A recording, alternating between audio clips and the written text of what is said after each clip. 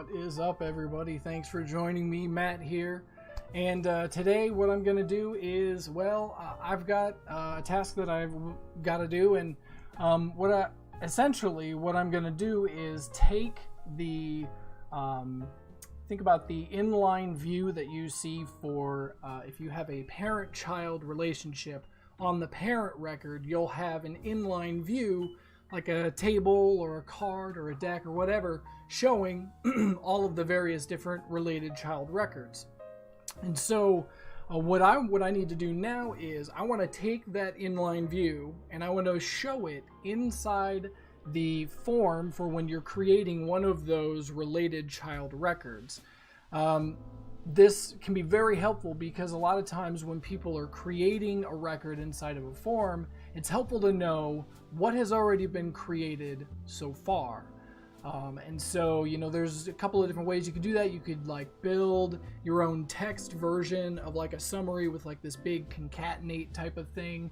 You could do that, or I found what's helped better, in my opinion, is to just take that inline view from the parent detail view that you see, where it's just a list of everything, and put that inside the form when you're creating the child. So you'll have a parent record, a parent reference, and from that we can pull all the related children and show it inside the form, so you can click on it and you can see everything, all the details, and read. So you have all the information related with the thing has been created instead of some summary. So I have to implement that in an app, and I figured I would bring you guys along with, so welcome.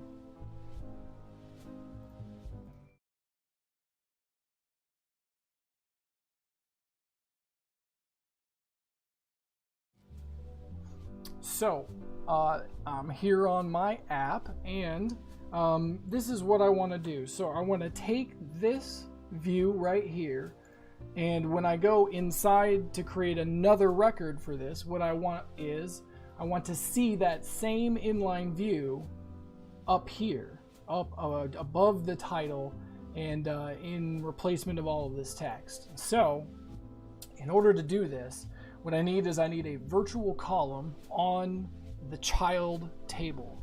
But we're going to get fancy with this, because here's the thing. So we're going to create a select formula that'll create a virtual column that shows you all of the records. And so it's a select formula, and if you just leave it there, then what you're going to end up with is on all of the child records, that select formula will run. And so this can cause you problems, because if you just think about it, for every child record, how many related, for the parent, how many other child records are there? And so it'll create that list, and then for the next one it does that same thing, and for the next one it does that same thing, and that can get really, really, really nasty. That's kind of like having a select inside of a select formula, which I hope you know is a big no-no. You shouldn't do that. And so in order, but that's what we have to do in order to make this work. And so to ensure that we don't have a serious impact on performance, we have to get clever. And so the cleverness is the use of context view type. So let me show you this. So I have my topics table here. This is the parent. This is what we're looking at here with the green button and the topic name. And then these are all the related details for the topic. And that's this getting started details, GS details. So you can see inside here I have a link to the topic, right? And so that's what gives me this parent view. And so now what I want to do is I need to create a new virtual column down here to hold all of these on at this level. So let's do this, and I'm going to call this other children helper. And so now the idea here is if you make use of the formula ifs with an S at the end of it, IFS, so this is a variant of the formula if, where you don't have to specify the else clause. So if you're familiar with the regular if statement, you say if, then you have a condition, and then you say whatever to do if that condition is true, and then what to do if that condition is false. So with ifs, you don't have to do the false statement at the end. You just say ifs, whatever your condition, then do this. The otherwise is null. So it's not even like two quotes with like a blank in it. It's no value whatsoever, which is advantageous a lot of times because it's the true blank of a system. So if you use this and we say ifs context view type, right, equals form, then, so if we're inside the form, then what I want you to do is select for me, I'm going to go over here to grab the name of this table, all of the details, and I need the ID, it's this guy. See how I mark it as yellow? Makes it super easy to come back and grab that column when I need it like this. So select for me all of the details. So when you select the ID of something, right, that turns it into like a reference where you'll get the inline view where you can click on it and all of that good stuff. So select those where the topic link equals this row dot topic link. Close the select. Close my ifs. All right. You can see it picked up that this is supposed to be a list column type with a reference of the GS details. So then I can call this, let's see, the display name. I don't need to fill out the display name. I'm going to fill out the description because the only place you're going to see this is inside the form. And so these are previous pages for this topic. Getting specific for my app there. All right, now I only want to show this if context view type equals form. Even though it will only be blank, AppSheet has a tendency to show the column name for the whatever. Now I don't want that, and so we do it this way. So I'm going to save this, let it propagate through the system, and then when I go back inside the form at the bottom because it's the very last column, we should see that inline view of all related child records. I think we're gonna have to get we're gonna have to make this with a slice though, so that we don't have the ability to add in that inline view inside, because like right here we can add to the list. So if I go inside here, here we go, this is perfect. So it shows you exactly what it is, and see I can click on it, and then I can come through here and it shows me more. And, oh, we can go into, this would be like an endless loop. Yeah, the system would get lost doing that. But that's the idea, is that I'm on this form and I can see everything that's come before, and instead of just being like a static text value, I can click on it and I can actually see the specifics of this. So I'll need to clean up this view that you're seeing here. So the easiest way that I can think of to clean this up is to make an entirely different slice. And so this is the GS details, and I'm going to say GS detail helper. These are read only.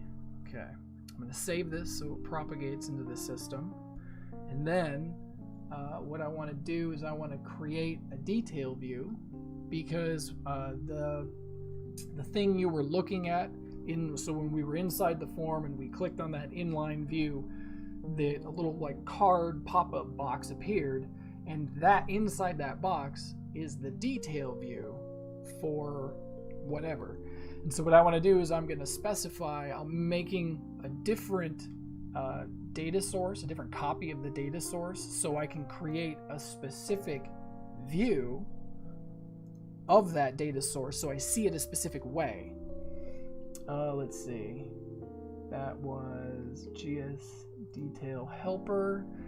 And this is a detail view in the reference position. We're going to call this GS helper detail. All right. So like this image thing that we got going on, I don't want to see the image actually. And no slideshow. And okay, so like now I can specify a few columns that I want to see. Because it's like I want to see the title. I want to see if we have a short blurb and another short blurb. But that's it. That's all I want to see. So when I go inside that card view, this is what I'm going to see. But I have to change in order to make it to where I see these. What I have to do instead now is direct that reference list to that data source instead of the original one. So what we do is we go back here and we go to topics. Nope, not topics. To the details. So this is the child table. And we go to our little list, right? So right now it's pointing at just the regular root table. And so when you view it, when you click on that thing, it shows you the detail view for that root table. So by changing this to GS detail helper, by changing it to that, I'm going to save this. What'll happen now then is, so that slice of that table of the getting started details, there's no condition on it, so it's the exact same thing as the regular table. The only reason I created the slice is because I want to create a special detail view that's isolated from everything else so that I only see it at that one time. And now when I go in and look, get back there, turn myself into an admin. Okay, bear with me here. So now we're here, we're at getting started, okay? And when I go here, I've got this, and no, look, so now it's totally different because GS helper detail. Because I didn't specify an inline view, the system's just doing whatever, right? And so if I want to control what this looks like, because it's based off of this GS detail helper slice, there is no inline view for this that has been created, so I have to make one. But what I'll do is I will go to GS details inline and I will copy this and move this to that. Give it a quick rename, helper.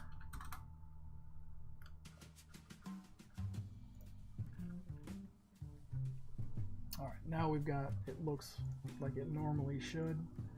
So if we get back there and we go into the form, yeah, now it looks like that. And then when we click on that, it'll take us to the detail for it. That is only those few select columns that I want them to see. Boom. Now this only exists inside the form. So like when I'm out here, if I go on the details, it's not here. Even if I, yeah, see, I haven't even specified. So this is the GS detail view. This is what we're looking at here. I haven't specified any columns, so it's showing everything that's available. And you see that thing is not there, but if I go inside here, it's down here at the bottom. So we got that step taken care of. So now the next thing I want to do, yeah, there's more. The next thing I want to do is I want to move this from being down here at the bottom, where it's not very helpful, to up here at the top. I want to take place of this or insert it in between these, right? And so if we look on the form, so coming soon, we will have the ability to reorder the columns for the form. That would be pretty dope. But we can't do that, but we can reorder the columns for our slice. For slices. And so what we need to do then is we need to create a slice here that so we're kind of creating two here. So this one is the reduced view. Now I need to create another one where I'm going to show all of the columns, but I'm going to rearrange them, right?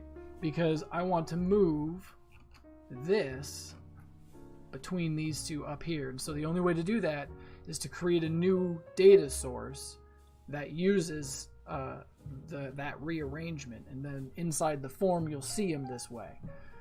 So I'll create a new slice for my details, and so now I have a naming moniker that I have adopted for slices of this nature, because this is a special slice where the column order is different from everything else. So for instance, as you're working on your app, you'll add new columns and take some away. And so eventually your slices, if you don't come in here and update them, you'll end up with a list of something. I kind of come in, I keep them updated. So I don't know, hopefully maybe I can find one. You'll have something to where instead of having all of the columns, it only has some of them because it's missing them. I keep them updated.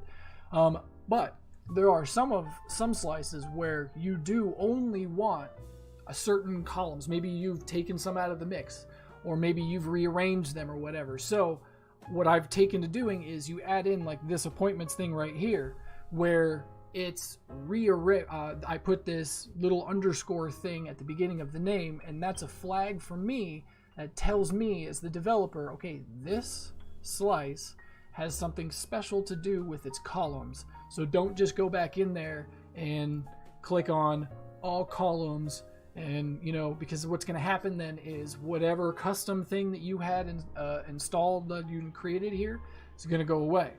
So what I'll do is I put this underscore thing on here that tells me that, okay, this thing is special.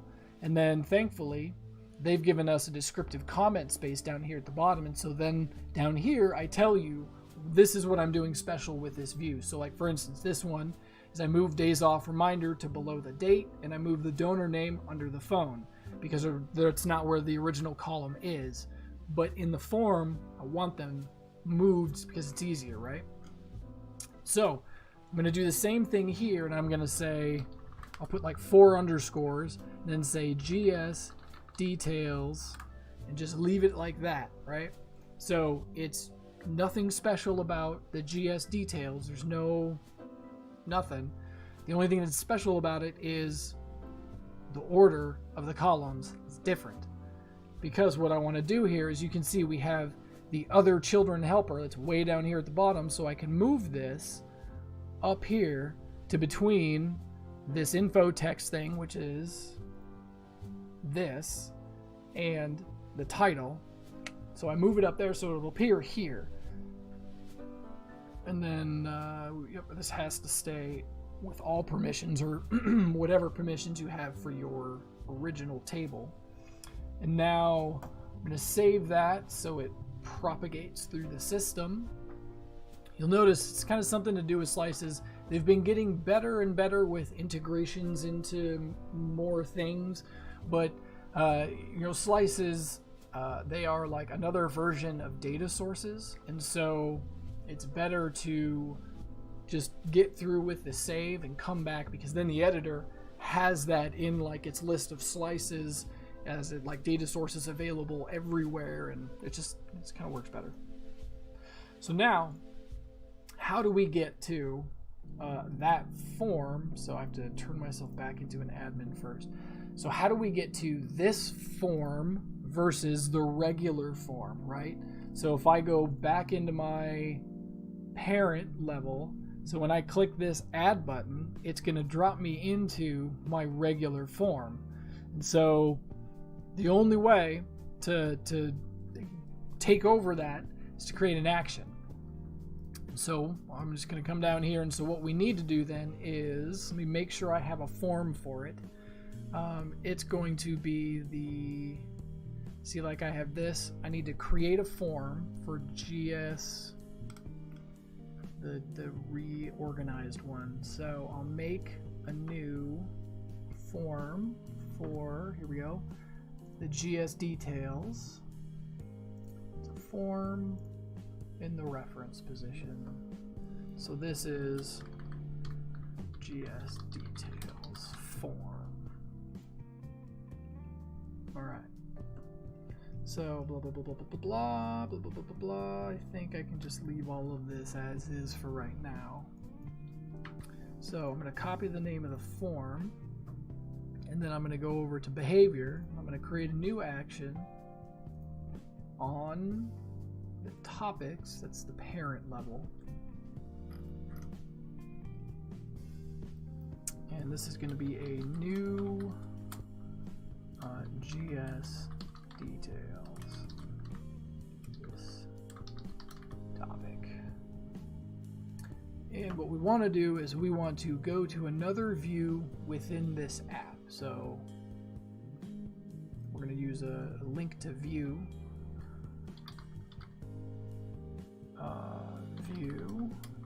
Link to form, sorry. So that special one, we have to use link to form because we have to set the topic link for the child. And so where the topic link is this topic ID, the key for this thing. All right, so that'll launch us into that other form. And so add page, make this is there like a document plus? Yes, we shall do that. So that action will appear there. And so then what I also need to do is for the GS details, this system generated add button, this thing down here, take that away so that you can't add something through that method. Sync this, our action will come back and be usable, and that will drop us into that form, which is just a, regular, it's like the regular table, but it has that thing moved up inside it. So now it truly serves its purpose as a reminder, because it's right there at the first thing that you can see. Yeah.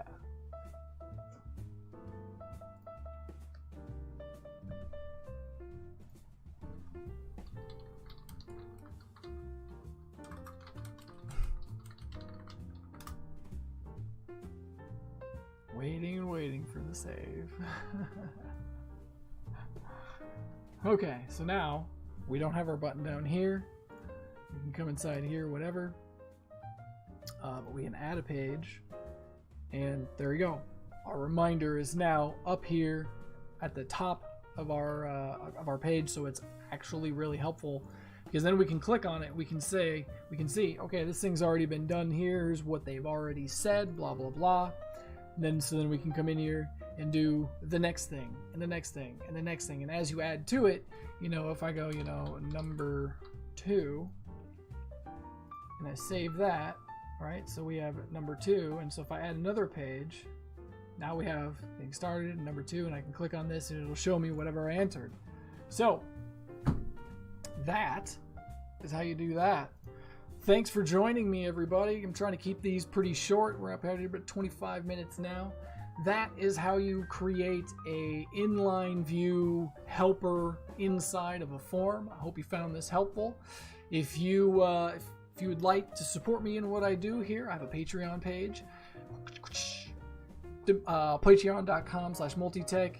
You get access to like live streams like this. I have some special videos I put out. I give, there's some other goodies and whatever. Go check it out over there. Thanks for watching, everybody. Let's find a good one.